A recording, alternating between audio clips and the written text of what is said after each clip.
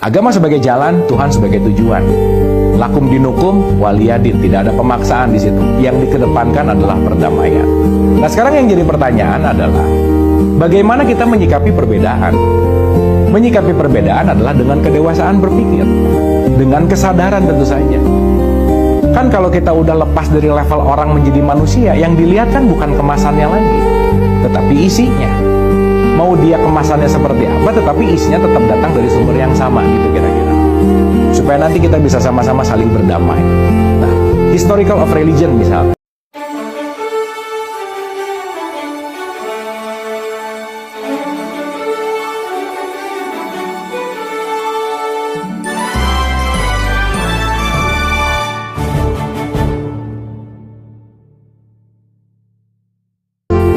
Surat 84 ayat 19 di Quran, kitab suci Al-Quran, dikatakan setiap manusia itu layer by layer, level by level, kesadarannya itu nggak langsung sadar, nggak bisa.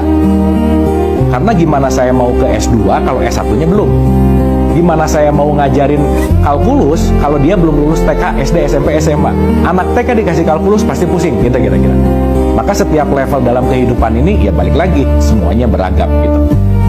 Oke, katakanlah kita berbicara tentang agama gitu.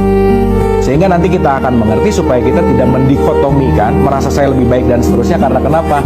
Tidak ada yang lebih baik dalam tanda petik. Karena kenapa? Ya balik lagi, semuanya sesuai dengan keyakinan.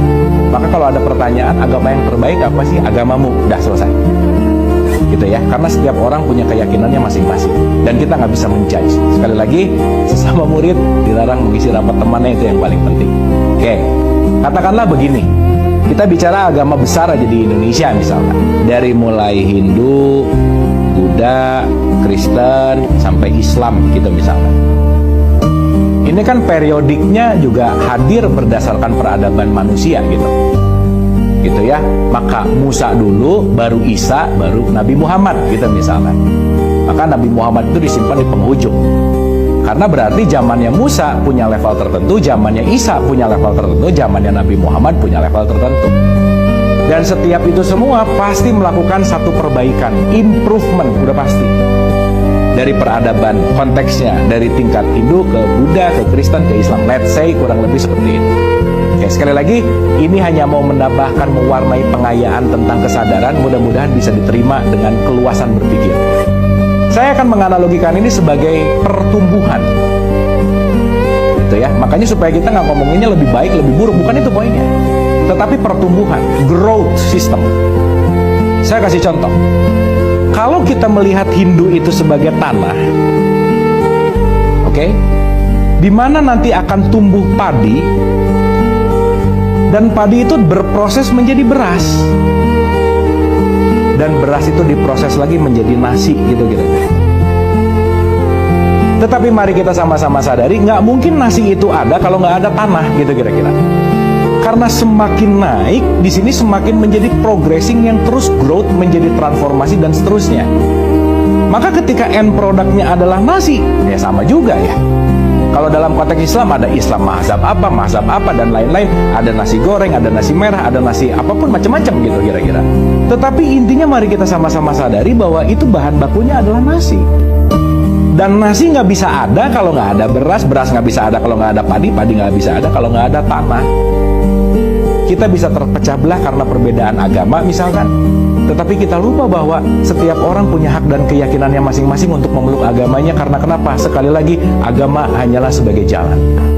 Dan tujuan akhirnya adalah Tuhan itu sendiri. Maka ketika kita membaca kitab suci, redaksinya, outputnya, esensinya, itu merujuk kepada hal yang sama sebetulnya. Maka kenapa Quran didesain untuk manusia? Bukan untuk orang Islam. Hadza basoirulin nas. Nas ini manusia nih, global sekali, universal sekali. Quran didesain untuk universal. Artinya apa?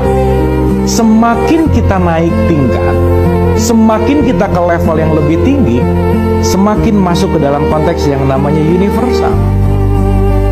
Berarti kalau semakin universal, semakin saya memposisikan diri untuk menjadi yang udah pernah kita bahas, yaitu adalah khalifah. Kan gak mungkin ya ada orang tabrakan tengah jalan mau nolong, Mbak, agamanya apa? Masa begitu? Oh, sama misalkan sesama Islam, tolong ah. Tapi ditanya lagi, Mbak, Islamnya NU atau Muhammadiyah? Panjang banget, keburu juga nggak bisa ketolong nih orang gitu kalau kita mementingkan ini gitu kira-kira. Dan nanti kita akan sama-sama sadari perbedaan adalah fitrah, itu yang paling penting. Nah, oleh karena itu, kenapa sih kita mengangkat topik agama sebagai jalan? Supaya kita bisa mewujudkan kehidupan beragama di dalam konteks yang sangat plural, tetapi tujuannya adalah bukan menyeragamkan tetapi mempersatukan. Justru itulah yang menjadi visi misi Nabi Muhammad dalam konteks ketauhidan adalah melakukan suatu persatuan gitu. Nah, oleh karena itu, poin pentingnya apa sih? Sadarilah bahwa humanity before religion itu penting sekali. Yang kita lihat ini manusianya, itu ya. Dan kalau ada kata-kata inna dina indallahil Islam, yang terbaik adalah Islam, betul, Islamnya yang baik, bukan orangnya, karena orangnya belum tentu Islami, gitu kira-kira. Sehingga agama Islam dan Islam itu dua hal yang berbeda. Karena orang yang beragama Islam belum tentu mengerti apa itu Islam. Maka kalau kita kembali ke awal tentang research tentang negara paling Islami sedunia, itu justru menarik loh. Indonesia yang mayoritas agama Islam dari rankingnya 10 tahun yang lalu 140, alhamdulillah 2020 kemarin naik ke level 62. Tapi nomor satunya negara paling Islami justru malah New Zealand, yang orang KTP Islamnya nggak banyak. Tetapi kenapa bisa menciptakan kedamaian? Karena Islam sendiri kan artinya nanti outputnya adalah salam. Salam itu artinya damai. Damai itu artinya dalam konteks di situ ada toleransi, di situ ada rasa saling menolong, di situ ada rasa memiliki, di situ ada empati yang tidak melihat lagi kemasan, tetapi fokus kepada isinya.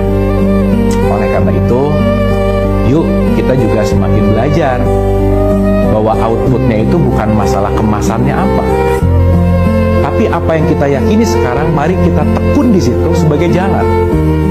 Karena keyakinan saya dan keyakinan teman saya, keyakinan saya dan keyakinan mereka, keyakinan kita dan keyakinan orang lain, itu akan menjadi sesuatu yang berbeda. Sekali lagi, kita ini hidup dalam perbedaan, kita ini hidup dalam jembatan yang beda-beda, tetapi menuju kepada jalan yang sama. Kembali kepada Dia yang satu, inna lillahi wa inna ilaihi roji'un. Maka kembali kepada spirit pembelajaran kita. Spirit pembelajaran kita adalah wama arsalnaka ila rahmatan lil alamin. Dan tiadalah kami mengutus kamu untuk menjadi rahmat bagi semesta alam.